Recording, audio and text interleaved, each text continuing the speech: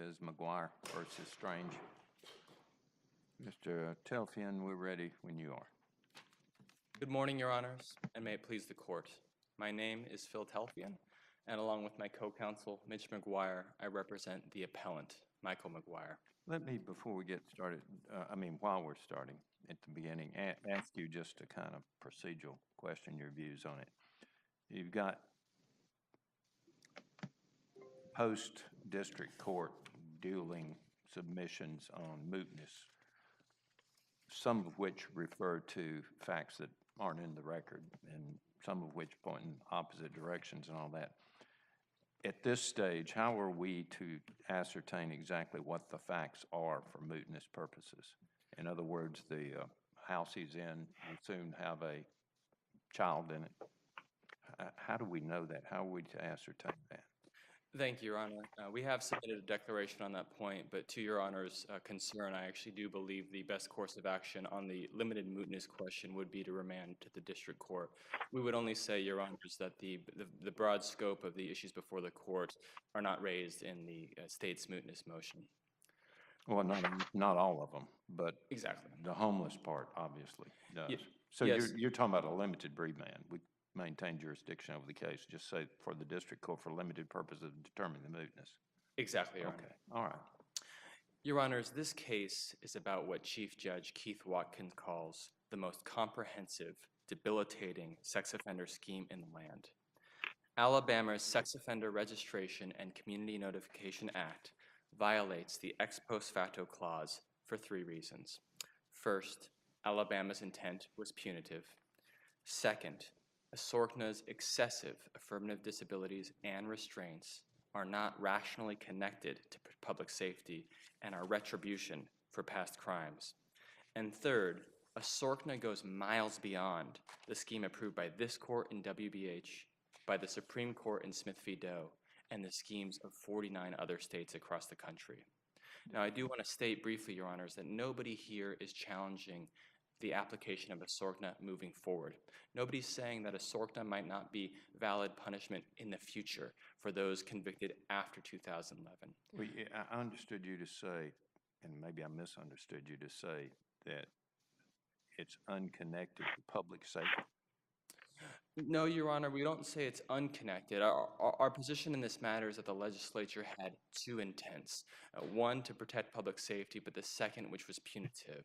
I'd like to draw the court's attention on the intent question, the single sentence the state rests its entire intent argument on, which I'll note on pages 8 and 39 of the red brief.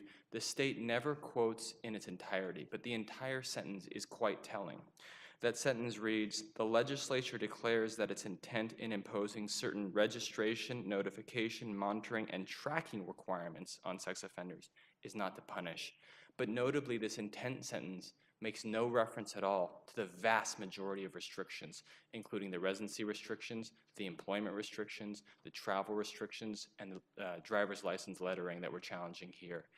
This is not a mistake, Your Honors. In the very previous sentence of that preamble, the legislature talks about residency and employment restrictions. These phrases, registration, notification, they're not catch-all terms that are meant to capture the entire statute. In fact, later in the statute, we see in sections 23, 24, and 25 that the concept of registration is actually spliced out separately from the concept of residency and employment. So your position, and it's an interesting one. I won't say clever because that's kind of a pejorative, but your position is the legislature would have been better off, or they would have been better off in defending the statute if the legislature had said nothing about its intent. No, Your Honor, we think the intent, for other reasons, which I'll get into in a minute, is clearly mixed, punitive. Yeah, but you take the one provision that they expressed an intent on, and you say that shows that they had a punitive intent on the expressio unius canon. So they would have been better off to say nothing. Exactly, Your Honor. I wasn't going to attempt the Latin, but at least the English version, the expression of one thing is to the exclusion of others. The legislature thought about expressing its intent with regard to certain provisions. It did so in one sentence following a discussion of residency and employment restrictions. It intentionally and explicitly left those out. At best, Your Honors, what we would say about the one sentence the state rests its intent argument on is that it's ambiguous with regard to the broad scope of the statute. It focuses narrowly. Yes, Your Honor. Counselor, before we get any, excuse me, any further, I want to just ask two threshold questions, please. First of all, do you agree that this is a facial attack on the statute and we ought to look at it on a facial basis? Yes, Your Honor, to the extent that the Supreme Court has given that guidance in Smith v. Doe, and we think Judge Watkins handled it exactly correctly, which is to say the court should look at the face of the statute plus the implementation where necessary to interpret the effects on the entire registry. And I think the district court made a great point. Just like in Smith v. Doe, which considered Alaska's internet publication, even though that wasn't necessarily on the face of the statute, both the Alaska statute and the Alabama statute on the face direct the Department of Public Safety to issue regulations. So where the Department of Safety, yes, Your Honor. Just to follow up on that, I gather you think we should look at the statute as a totality then, as opposed to taking apart its discrete provisions and passing on the ex post facto question with respect to each of those discrete positions, discrete sections, is that right? Yes, Your Honor, and there are two reasons for that. We do think this court should look at the statute in its totality because that's how the Alabama legislature enacted it. As the district court found on page 66 of its opinion, a SORCNA was enacted as a single comprehensive scheme. The second reason we think that's the proper approach is because both the Supreme Court in Smith v. Doe and this court in WBH, although not a holding, frequently discusses the regulatory scheme or the statutory scheme as a whole. My concern is, in terms of following your argument, is I think you may be using face of the statute in two different ways or in a different way than we ordinarily do. A facial attack on the statute means that the statute in its entirety, as applied to everyone, is unconstitutional. Now, are you making a facial attack on the statute? Are you using the word face in a more colloquial sense to mean the entire statute's considered together? Those are two separate concepts. Thank you, Your Honor, and we do mean actually both, and certainly to the first point, a facial attack on the statute. All right. The problem I have with some of your arguments about facial attack is you've got us some interesting and I think relevant as to Montgomery statistics about the percentage of the land parcels that are within the banned area and the percentage that aren't, and so forth and so on. And a lot of information about how it applies to Montgomery in the city and Montgomery in the county and so forth. But that says nothing about the other 66 counties in the state of Alabama. And of course, you lose a facial attack in the constitutional challenge sense. You lose a facial attack on a statute if it can be applied constitutionally in some circumstance. Even though 90% of the circumstances or 95%, it would be unconstitutional. All it takes is one to make it constitutional. Yes, Your Honor, and to your point, Your Honor, we don't think the 80% of homes that are excluded or the 85% of jobs that are excluded in Montgomery is necessary for the facial attack. As Chief Judge Watkins described, they're illustrative of the restrictions. Yeah, they're not even really relevant to the facial attack. Exactly, Your Honor. They just illustrate the way the statute works in practice. I want to make one other point on intent, and then I'll turn to the Mendoza-Martinez factors. The only thing I'll say on intent is across the country, of course, every state has a sex offender registration law. One state that we found actually enacted its sex offender registration law with openly punitive intent. In California in 2006, the statute actually expressly states that the intent was both to punish and to protect the public.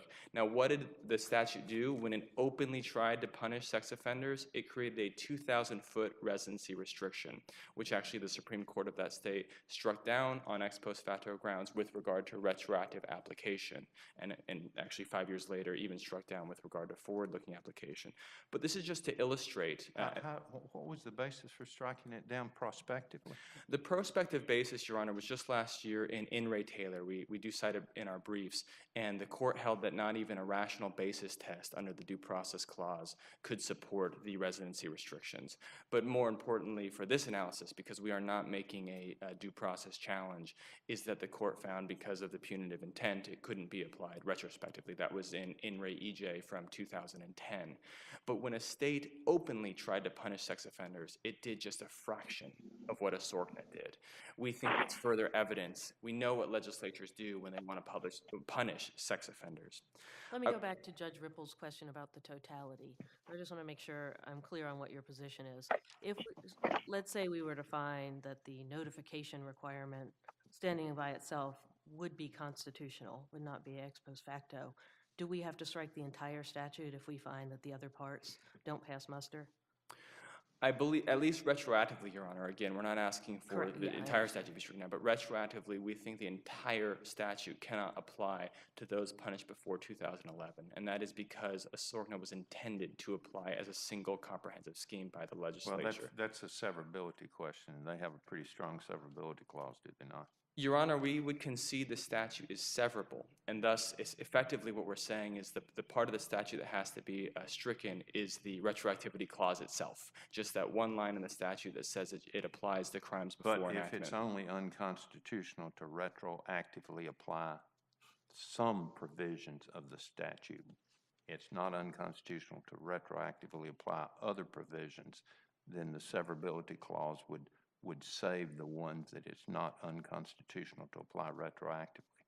Yes, Your Honor, if this court takes the approach that Judge Watkins did, which is that each provision could be analyzed piecemeal and separately, we actually think that the existence of some clearly punitive provisions helps illustrate that the Alabama legislature intended the entire scheme to punish. But if this court does take the approach that Judge Watkins did, it could strike down retroactively only certain provisions.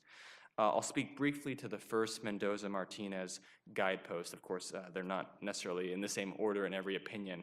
But first I'll say the Mendoza-Martinez factors are merely guideposts. We think the state treats them somewhat like elements, that it need not all point in the same direction. In fact, they're not all black or white, yes or no answers. They are guides, and some of them may point strongly in one direction, and in some cases, others point in different directions. We believe all 5 point in our favor. The state has effectively conceded, and Judge Watkins correctly found, there's no doubt that a SORCNA imposes affirmative disabilities and restraints. The residency and employment restrictions, even without evidence about percentage of homes or percentage of jobs, are clearly affirmative disabilities and restraints. They mark off entire areas, homes, jobs that cannot be taken. We think there's effectively no dispute or no meaningful dispute from the state. So I'll turn to where I think a lot of the action in this case is, which is whether the scheme is rationally connected to protecting public safety. On this point, Your Honor, I think it's important to distinguish whether the scheme is rationally connected to public safety from the rational basis test, the very, very deferential rational basis test that courts commonly employ under due process challenges.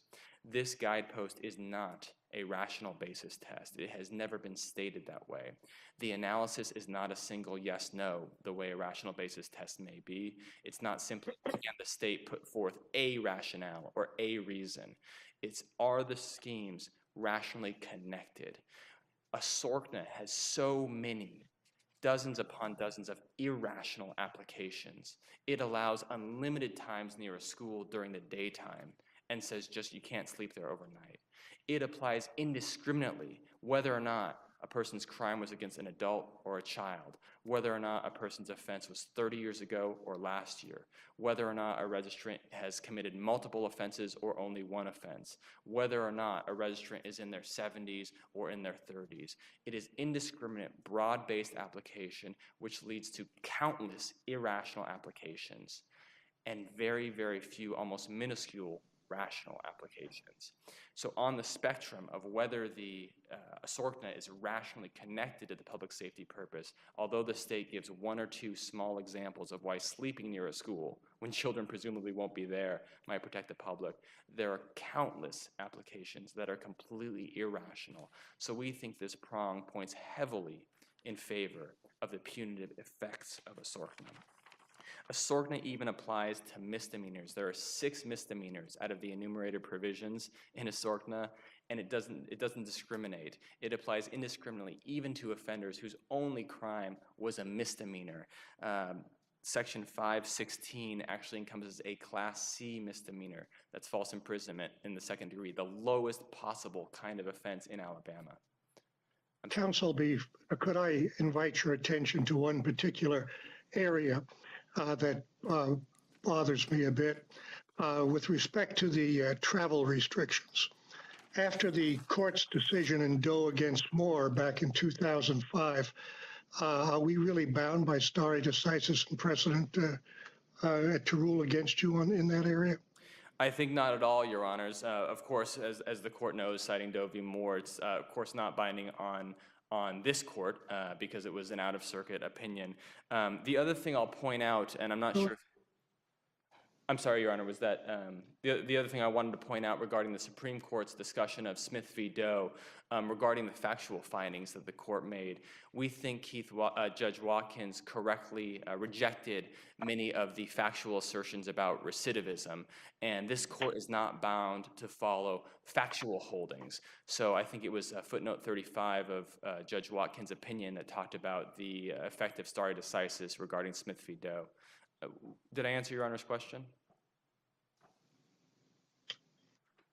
Go on for a moment, please. I just want to check that case. Okay, I see my time is running out. I'll just make 2 brief points and then hopefully return to Your Honor's question. We think with regard to the historical forms of punishment that a SORCNA is closely analogous to parole. It's not identical to parole, but it resembles parole, which is all that the test requires. Just like parole, registrants must report to law enforcement periodically. Just like parole, registrants must inform law enforcement of changes of residence and employment. Just like parole, registrants must inform law enforcement of changes in appearance. Just like parole, registrants must get permission to travel. In fact, even broader than parole, a SORCNA actually does restrict where folks can live and work, and thus falls right under the point that Smith v. Doe made in distinguishing the Alaska statute from parole. The Smith v. Doe majority said that in Alaska, registrants are free to move where they wish and live and work as other citizens. That was the basis that the Supreme Court distinguished parole from the Alaska statute. That's not true here. In Alabama, registrants are not free to live. I understand you to argue that. Thank you. Go ahead, Judge. Yeah, if I may, before you sit down, maybe you'll want to address it on rebuttal. Doe against Moore is an 11th Circuit case dealing with the Florida law. Yes. It's at 410 Fed 3rd, Yes. 1337. So perhaps you could address yourself to that on rebuttal. Okay, I will. I'm sorry, Your Honor. I was thinking of the 8th Circuit case. Thank you, Your Honors. I'll address that on rebuttal. And for all of the reasons that we've stated today, we respectfully request that SORCNA be stricken down as to its retroactive application. Thank you, Your Honors. Question, counsel. You say that the number of times a homeless person has to register is excessive and makes it punitive, or at least is excessive, which raises some questions about whether it's punitive or not. How many times would not be excessive? Your Honor, we don't think there's a bright line, but a SORCNA has done something beyond what every other state has done. Even the 8 registrations required of non-homelessness. It's not a bell curve. It's not. We're not talking about Olympic figure skating competition where you throw out the highest and the lowest. The question is whether Alabama statute, regardless of what other states have done, is constitutional or not. So how many times would be constitutional to require homeless people to register? In the registration scheme that's set up in this statute, if you were adjusting to the maximum number of times they had to register that was constitutionally permissible, what would it be? I'm sorry, Your Honor. All I can say on that is no court has ever approved more than 4 registrations per year. And respectfully, Your Honor, we would say what every other state has done, which is a maximum of 4 registrations per year, is relevant to the excessiveness inquiry. There's no reason to think that offenders in Alabama are any different than offenders across the country, former offenders, I should say. And the fact that every state has a maximum of 4, in fact, 14 states have stricken down registration schemes that even require only 4 registrations. So we actually think what this court in WBH and what the Supreme Were Court... those struck down under the federal ex post facto clause, or were they struck down under state law, state constitution? Your Honor, 3 of those 14 cases applied the federal ex post facto clause. A total of 7 out of 14 commented that even their state provision was identical to the federal. Now, these are state Supreme Courts, so to Your Honor's point, it's not binding on this court. But no state has gone as far as SORCNA, and some states have stricken down even quarterly registration. I can't imagine that requiring somebody to register every 3 months. Every 3 months would be held to be excessive. And in some situations it has, Your Honor, but in the majority of cases, and even in this court in WBH, that was acceptable. So we're not saying that 4 registrations or quarterly registrations would be excessive, but 8, as Alabama does for all offenders, and 56, as Alabama requires for homeless offenders, we think is clearly excessive. It's beyond the pale. This isn't a black or white, yes or no inquiry. It's a matter of where on the spectrum it is, and a SORCNA is way out on the extreme side. Help me with the 56. How did we get 56? Your Honor, only because of Chief Judge Watkins' opinion that struck down the dual registration for these individuals. So, as I understand, it requires 52 weekly registrations plus 4 quarterly. It could be 60 if they're still required to dual register on the quarterly registrations. No, 52 and 4 isn't equal 60 no matter what. So 52 and 4 would be 56, and if the dual registrations must be done doubly, it would be 52 and 8. So it's either 56 or 58. Note, Your Honor, that the weekly registrations required of the homeless do not replace the quarterly registrations. So those individuals are still required. And striking down of the duplicate, it's unclear whether that applies to the duplicate quarterly or just the duplicate weekly. Is that what you're saying? I think it's unclear whether Chief Judge Watkins' order applies to just the duplicate weekly, but the statute has been amended to apply to the weekly provision, not the quarterly. It's my understanding. Okay. All right. We took you over, but we'll give you full 4 minutes in reply, Mr. Telfeyan and Mr. Parker. Thank you, Your Honors.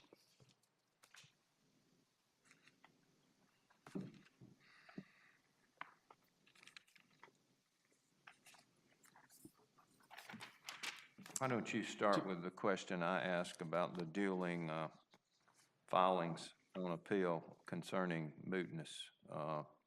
Do you agree with your brother over here that the way to handle that is a limited remand for fact findings about mootness?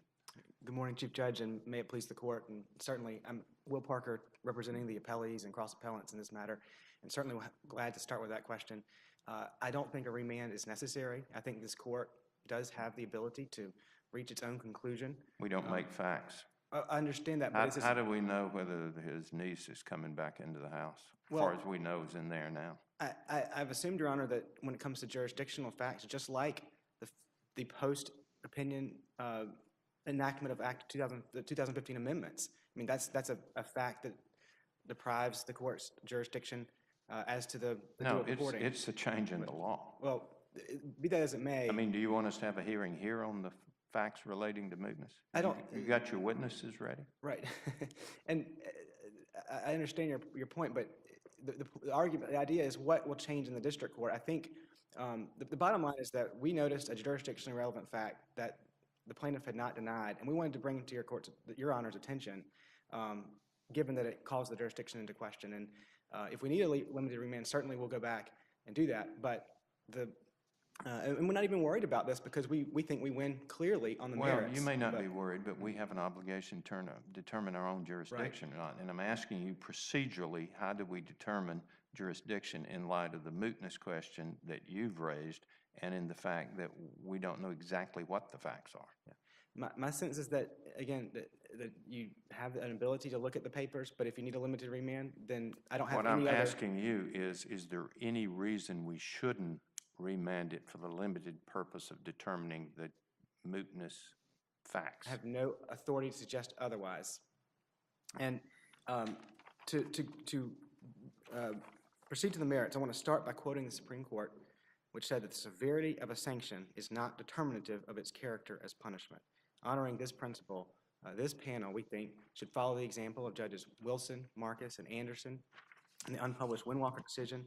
Ultimately, Judge Watkins below and every other federal judge has looked at this statute and conclude that it does not inflict punishment for purposes of the single, narrow, ex post facto claim that's before us today. Now, the parties disagree about a lot. We have factual disputes. We disagree about any number of subsidiary legal points. But the point I want to leave your honors with is just how narrow a claim Mr. McGuire is pressing here and how high a burden he bears to sustain it. This positive question here is not, as you might get from the plaintiff's briefs, how bad extortion is to him in some generalized sense. The question is one of legislative intent. And on that front, sex offenders like McGuire face a very, very heavy burden. Unless there is some obvious surface level reason to think that the legislature preferred a label of punishment, then we get a presumption, a strong presumption that the law is not in fact punishment. And Well, isn't it recognized that one of the principal purposes of a SORNA was to deter sex offenders from future crimes? that's correct. And Your Honor, every sex offender regime is designed to prevent sex offenders from reoffending. No, And no, that's you're changing the verb. The statute, I understood, deterred. You're saying prevent. You can prevent people through surveillance and frequent reporting and all that, but if you're trying to deter them from it, that sometimes suggests the possibility of punishment, making the punishment more severe. That's one of the principal weapons. I would appreciate being able to amend my sentence and say the exact same thing with the word deter in it. Every sex offender law is designed to deter the sex offenders who are subject to it. That's called specific deterrence. And that is different from general deterrence. No, and when you execute somebody, that's specific deterrence as well. We're certain that those people will never commit another crime again, but that doesn't mean that that's not punishment when you have them executed. Right, and there is certainly a high general deterrent effect to the death penalty too. You could also lock someone up for life and throw away the key, and that's specific deterrence. Those cases are clearly punishment because the legislature in each one says capital murder, that's a crime, that's punitive, and criminal laws are, when the legislature says this is criminal, that's the easy case for where we know that the legislature prefers the punishment label. Here, though, we have a very carefully constructed regulatory scheme that was enacted after many developments both on the state statutory basis and also at the federal level. You have decades of court opinions saying that provisions similar to these are okay. And you have the legislature's express intent, which, again, I think that the plaintiffs on that point are violating the presumption of constitutionality. The specific sentence that we have cited, it cannot be read to limit the legislature's apparent intent. Did you just mess up in drafting it? I think that might have been the case, Your Honor, but they call the statute Alabama Sex Offender Registration and Community Notification Act. They don't call it the Sex Offender Registration, Community Notification, Proximity Restriction, and so on. It's clear, if you're indulging the presumption of constitutionality, it's clear what they were trying to do.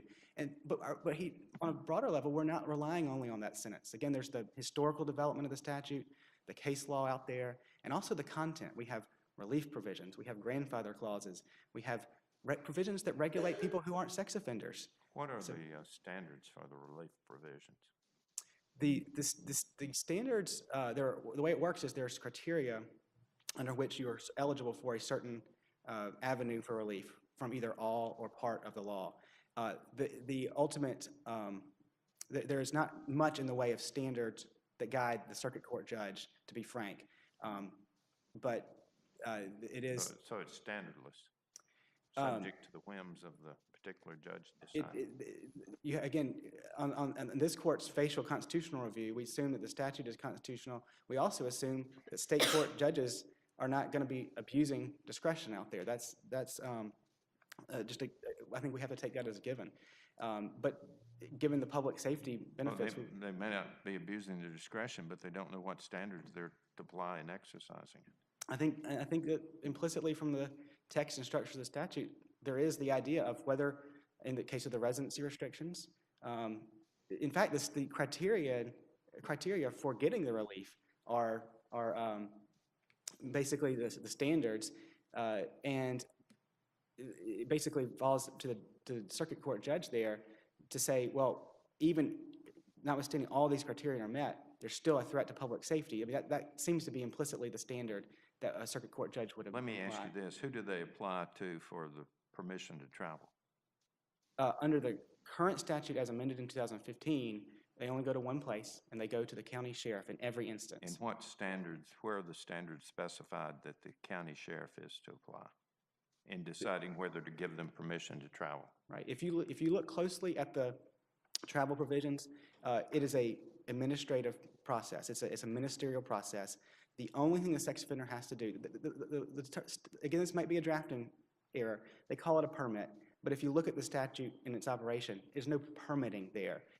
They have to tell the offender, they have to tell the sheriff where they're going, and they have to sign an acknowledgement of their responsibilities for reporting. And how would we possibly know that's the way it's being administered since there's nothing in the statute that specifies it? No, the statute, I maintain that the statute clearly says that. Again, you have to read it carefully. In fact, statute, I thought you told us, clearly says permit. The term permit, I'm saying, is a misnomer based on the operation of all the other words of that statute. The only way you can violate the travel permitting, the travel provision, is failure to sign or failure to report, failure to acknowledge your responsibilities, or failure to report at all. There's no way to violate that statute otherwise. And if you do those things, then there's no restriction on your travel. So Does the statute itself use the word permit? it does, Your Honor. It does use the word permit, and it's I think that's a bit of a misnomer based on the way the structure of that provision is set out. Is there any state law, any state decision that interprets that word?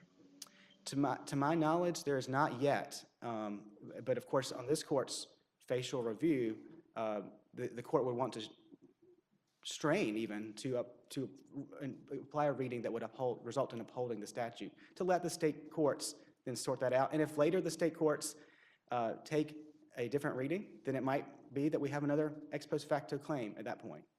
Does Alabama have a certification statute? Yes, we do, Your Honor. We do. We don't think that you need to do that to decide this case, but it is certainly your prerogative. It's a rule as opposed to a statute, but whatever. I'm sorry. Let me ask you something. I found it interesting, and they point this out as they should, that sex offender is barred from sleeping within 2,000 feet of a school, nursery facility, etc.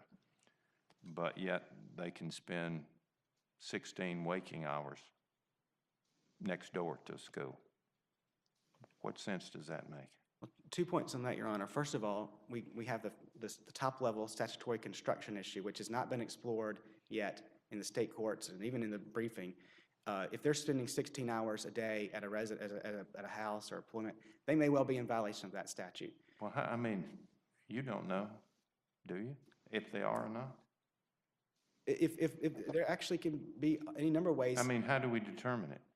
You say they well could be. Well, they well could not be. I mean... You mean how do we interpret the statute? How do we determine whether somebody who spends 16 hours and working in the woodworking shop of his brother-in-law that's next door to a school, and he doesn't take a nap at lunch, he doesn't sleep at all, how do we know if that violates the statute or not? Well, the statute says in employment restriction is actually in the definitions. You go beyond the employment provision itself and to the definitions, and employment is a very broadly defined term, and I think working like that would be a violation. Okay, he doesn't work. He just enjoys being with his brother-in-law and his sister. Well, at that point, if he's there 16 hours a day, the statute definition of reside for purposes of the residency restriction talks about habitually live. And so the question is, what does habitually live there? Can you live someplace? You just even though keep you're not asking questions we don't know the answer to right? in the interpretation. If you conclude, Your Honor, that you need to know the answers to determine ex post facto, then we would, ask you to certify the question. If he But sleeps for 1 hour, But either way, if he sleeps for 1 hour at that residence next door to the school, does that violate the statute? I don't know. The Alabama Supreme Court has not spoken to that question. We've got statutory definitions. Well, how are the registrants supposed to know? Because the terms that are, there's no vagueness claim here, and the terms are capable, and for purposes of that analysis, they're capable of ascertainment through the state court process. This is how constitutional litigation always works. And at this point, the court has to, I think, assume the best about the statute for purposes of the ex post facto analysis. The second, I had a second point on all that. Could vagueness be a component of the ex post facto analysis? Well, my instinct on that, Your Honor, is that potentially, if it was so, provided the clearest proof, and you go through all the different factors, then maybe that's relevant. But it's not applicable in this case. This statute is not vague as a constitutional matter. In fact, opposing counsel is challenging the law on vagueness grounds in another case in the district court right now, and we've got great arguments to dismiss those claims. I do want to Same district court or different? same district court and same district court judge. A different plaintiff? Different plaintiff. That's not Spencer. Spencer's already before us, isn't it? Correct. It's called John Doe. There's 4 John Doe plaintiffs in that case who are still John Doe plaintiffs. That case also challenges the identification card on First Amendment compelled speech grounds. So there's other claims out there. This is just ex post facto, and I do want to, we've I think clearly established that the legislature's surface level intent was not punitive, and that creates this strong presumption that we have to follow. But even if we get to that narrow inquiry under the Mendoza-Martinez factors, we think every one of, well, I shouldn't say everyone, I should say virtually all of the Mendoza-Martinez factors supports a conclusion of non-punitive, non-punishment. And, I would agree with my opposing counsel, that the rational connection prong is not the same as rational basis, but it's an easier test to satisfy. And I understood his arguments to essentially concede that there are some rational connections to this. I think that he's underselling the statute, but if he admits that there are ways in which this statute is rationally related to the non-punitive purposes, then that most significant factor is satisfied in the statute's favor. Same with all the other factors. We would concede that some parts of the law, not all parts of the law, but some parts do constitute affirmative disabilities, but that same can be said about essentially every single regulatory scheme out there. Campaign finance, food, health, and safety laws, those kinds of things all do that, and yet they're not punitive. I do want to touch on one point, and that is, well, let's see. I think it was Judge Ripple or maybe Judge Pryor asked a question about how do we look at the statute as a whole, or do we look at it as individual parts? From my perspective, it doesn't matter. You can look at either way. If you do look at the statute as a whole, as I understand to be plaintiff's top-level argument, it just becomes harder. The analysis just becomes harder because you have to analyze the whole statute as a whole. And so that way, we look at the factors. As a whole, the statute clearly does not resemble some sort of historical punishment in our traditions and history in this country. As a whole, the statute does not lack a rational connection to a non-punitive purpose, and so on. And so either way you look at it, in that very narrow window of opportunity for someone to countervail the express non-punitive purpose, then we win on that reason as well.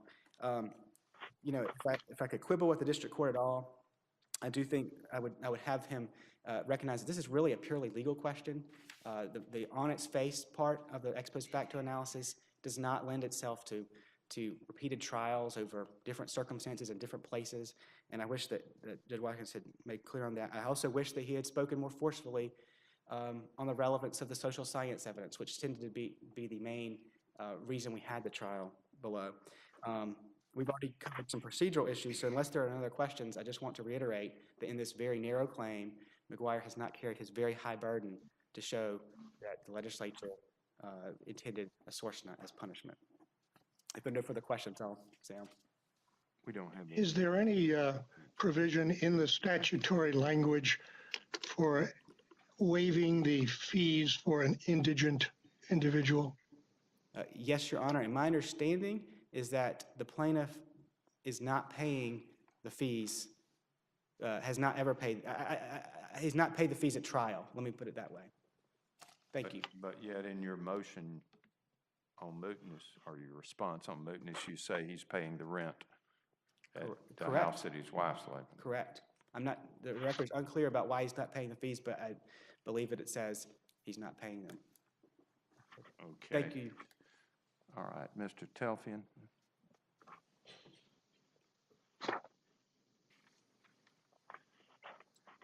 Thank you again, Your Honors, and I do want to start by replying to Judge Ripple's question, and I apologize, Judge Ripple, I was thinking Doe v. Miller, but you were asking about Doe v. Moore, which of course is in this circuit. We think Doe v. Moore does not bind this case at all. Actually, we think the state's discussion of it in its briefing is slightly misleading. There was no travel restriction in that case. There was no travel permit that was required, and this court simply commented that the residency restriction, the restrictions in place did not constitute a ban to travel, and so the bar didn't apply. But this case raises, as the state concedes, a travel permit. I'll note on this permit issue, the state, on the one hand, wants to apologize for the poor drafting, and the other hand insists that the statute be looked at only on its face. We think the words of the statute matter. The statute requires a travel permit, and a permit requires permission from law enforcement. A registrant could not leave the county without permission, without that permit. We think the apology the state made on the poor drafting of intent flies in the face of doctrines of statutory construction. We can assume the legislature meant what it wrote on intent. It had just been talking about residency and employment restrictions, and then it turned to the intent only on registration, notification, monitoring, and tracking. With regards to the discussion on vagueness that were discussed just here, I do want to reply briefly.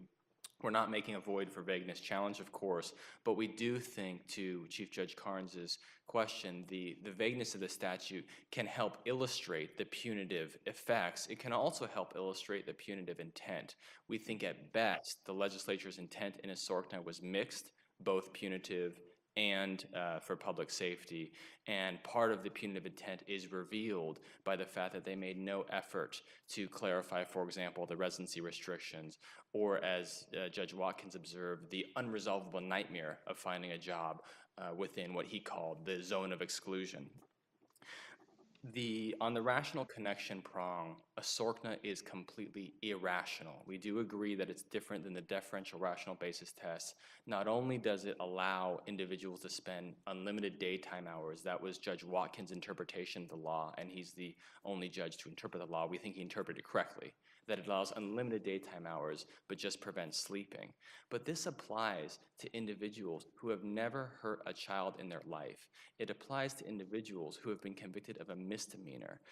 Alabama is the only state in the country that applies a residency restriction retroactively without offense-based delineation. In fact, Alabama's entire scheme is applied without offense-based delineation. The Supreme Court in Smith v. Doe, when analyzing the retribution question, made a key point. There was an offense-based delineation. Even this court's opinion in WBH highlighted that aggravated offenses had offense-based delineation. I'm sorry, as being on the panel, I have to ask, what do you mean, even this court's opinion? Even more importantly, I meant to add, even more importantly than the Supreme Court, this panel's thoughtful opinion. Oh, yeah. Exactly. I like that. I've often said even the Ninth Circuit, but I don't often use that, but go on. I didn't address the traditional aims of punishment, but they did come up during the state's argument. And to Chief Judge Carnes's question, I think both sides concede that the statute serves a deterrent purpose. It serves both a specific and a general deterrent purpose, but more importantly, it serves a retributive purpose. And I'll cite to the Supreme Court of Kentucky's decision in Commonwealth versus Baker, applying the federal ex post facto provision to strike down a residency restriction retroactively.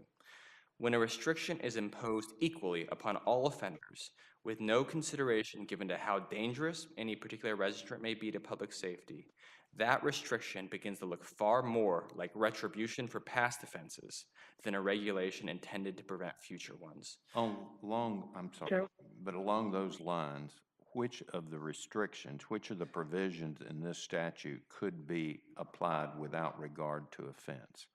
You've got a 30-year-old rape conviction here.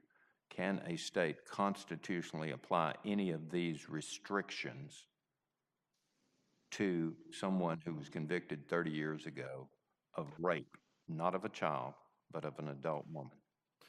Yes, Your Honor. Which ones? I'm not sure what you mean by restrictions, but certainly quarterly registration. The state could apply retroactively. We're not fighting against Smith v. Doe or WBH. And the internet publication, the notification provisions, those could apply retroactively. What about the driver's license? The driver's license, no, Your Honor, and I appreciate Your Honor bringing attention to that point. Only one other state has attempted what Chief Judge Watkins called the branding of the driver's license. That was in Oklahoma. The Oklahoma Supreme Court, applying only the state ex post facto clause, actually struck that provision down retroactively and held that it was too broad-based, that it encompassed individuals who hadn't been convicted of even sex offenses. And I'll note that Alabama's list includes crimes that don't necessarily involve a sexual component. Which crimes are you talking about? The original enactment, it was... I'm not talking original. I'm talking what's before us. What's before us, it's provision number 518, I believe, which is kidnapping in the first degree, which is a serious offense, but the law does not require a sexual component.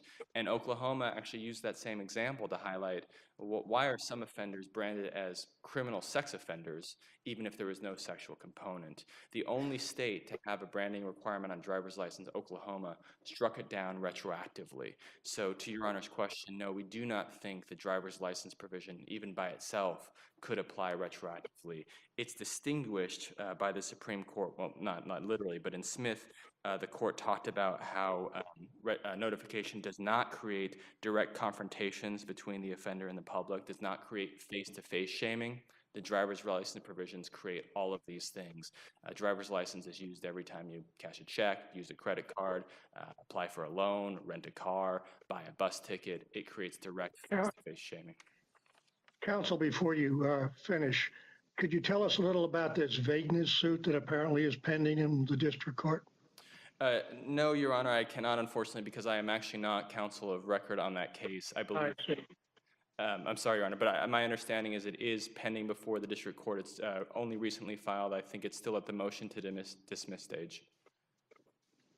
Thank you. Thank you, Your Honors. Just to conclude, I'll quote Chief Judge Watkins. Put together, there is not a single state that matches the cumulative and punitive effects of Alabama's ASORCNA. In fact, none even comes close. Alabama has gone way over the line in this case, and for these reasons, Your Honor, we ask that ASORCNA not be applied retroactively. Thank you, Your Honors. Thank you. All right. Well argued, both sides. We'll take that case under submission with the rest of them, and with that, we'll stand in recess for this week.